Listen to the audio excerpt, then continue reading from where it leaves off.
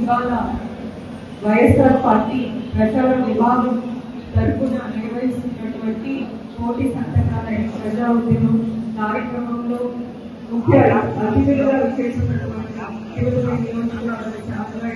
విజయ్ గారికి, అలాగే ప్రచార కమిటీ రాష్ట్ర అధ్యక్షులు రాజశేఖర్ గారికి, ప్రచార committee working president Hariprasad Reddy గారికి, అలాగే మా నియోజకవర్గ అధ్యక్షులు రమణారెడ్డి గారికి, అలాగే వేదికను అలంకరించిన కోఆపరేటివ్ బ్యాంక్ చైర్మన్ రామారావు గారికి, మా వైఎస్ఆర్ కాంగ్రెస్ పార్టీ నగర అధ్యక్షులు మదం రవిచంద్రారెడ్డి గారికి, అలాగే వేదికను అలంకరించిన ప్రతి ఒక్కరికి, ఇక్కడికి విచ్చేసిన విద్యార్థులు, పార్టీ కార్యకర్తలు, మీడియా అందరికీ కూడా నమస్కారం.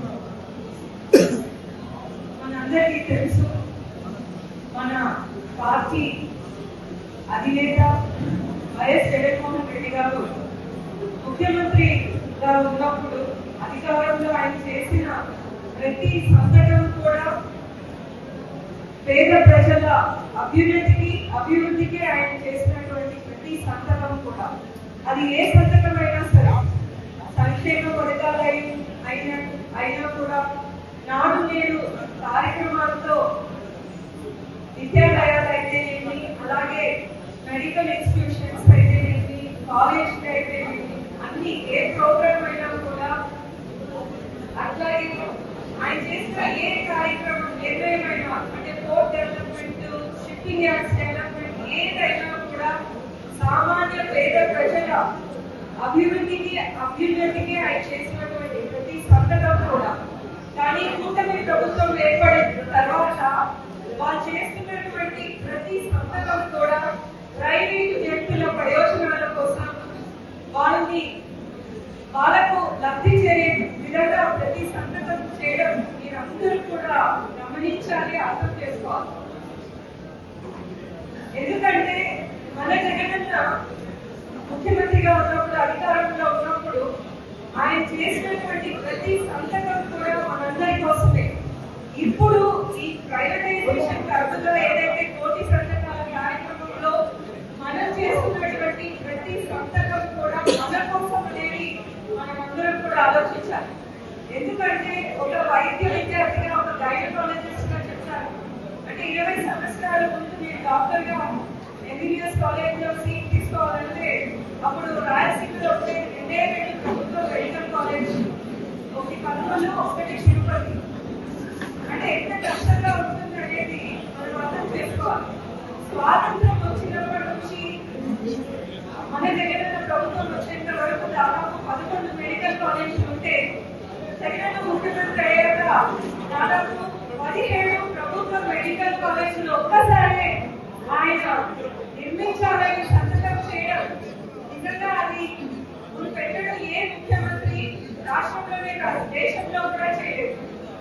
ఎందుకంటే ప్రభుత్వం ఎందుకు మెడికల్ కాలేజ్ నిర్వహించాలని మీరందరూ ఆలోచిస్తే,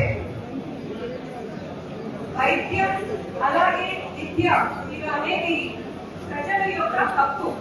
అది ఉచితంగా అందించాల్సిన కనీస బాధ్యత ప్రభుత్వానికి, ముఖ్యంగా వైద్య విద్య. ఎందుకు అంటే మెడికల్ కాలేజెస్ లో ఓన్లీ వైద్యాన్ని అభ్యసించే విద్యార్థులే కాదు, వాళ్ళ కాబోయే డాక్టర్లు వాళ్ళు ప్రాక్టీస్ చేస్తే కూడా వాళ్ళు పోయి ఎస్టాబ్లిష్ చేస్తున్నటువంటి సెంటర్స్ లో వాళ్ళు ఉచితంగా చదివారు కాబట్టి ఖచ్చితంగా పేద ప్రజలకు సేవ చేయాలనే ఉద్దేశం కొద్ది గొప్ప ఉంటుంది. అదే ప్రైవేట్ కాలేజ్ లో డబ్బులు ఖర్చు పెట్టి చదివిన వాళ్ళు అంటే వాళ్ళకు కూడా ఉండొచ్చు, కానీ ప్రైవేట్ కళాశాల వాళ్ళు ఎంతో కొంత యూజర్స్ చార్జెస్ కలెక్ట్ చేస్తూ ప్రజలకు కూడా ఫీజులు అధికమై నాణ్యమైన వైద్యం ఉచితంగా అందుబాటులో ఉన్నాయి.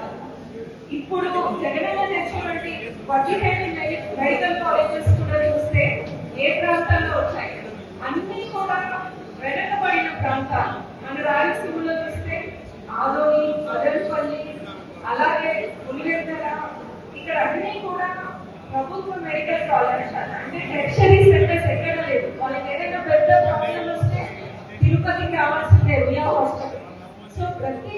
కేంద్రంలో ఒక మెడికల్ కాలేజ్ వస్తే, దానికి అనుసంధానంగా ఒక మెడికల్ హాస్పిటల్ వస్తే ప్రజలకు వైద్యాన్ని దగ్గరగా చేరవేసిన వాళ్ళ అవసరమని ఈ 17 మెడికల్ కాలేజెస్ తీసుకురావడం జరిగింది.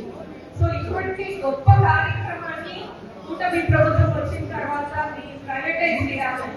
అందులో కూడా ఆల్రెడీ మన గవర్నమెంట్ లో 5 మెడికల్ కాలేజెస్ ని నిర్మించడం, ప్రారంభించడం, సీట్లు కూడా శాంక్షన్ చేయడం జరిగింది. అలాగే 2024-25 లో 2 మెడికల్ కాలేజెస్ ఆల్రెడీ మనం నిర్మించినటువంటి వాటికి కూడా మెడికల్ సీట్లు శాంక్షన్ అయ్యింది. ఇంకా ఈ 10 మెడికల్ కాలేజెస్ మిగతావి వాళ్ళు నిర్మించాలంటే ఎందుకు నిర్మించలేదు? ఖచ్చితంగా ఎన్నో వేల లక్షల కోట్లు అప్పు చేస్తున్నారు కాబట్టి దాన్ని నిర్మించగలరు. కాకపోతే వాళ్ళ లీస్ట్ ఇంపార్టెన్స్ విద్యా వైద్యాలు తీసుకున్నారని వాళ్ళు తీసుకున్నటువంటి నిర్ణయాలే తెలుస్తా ఉంది.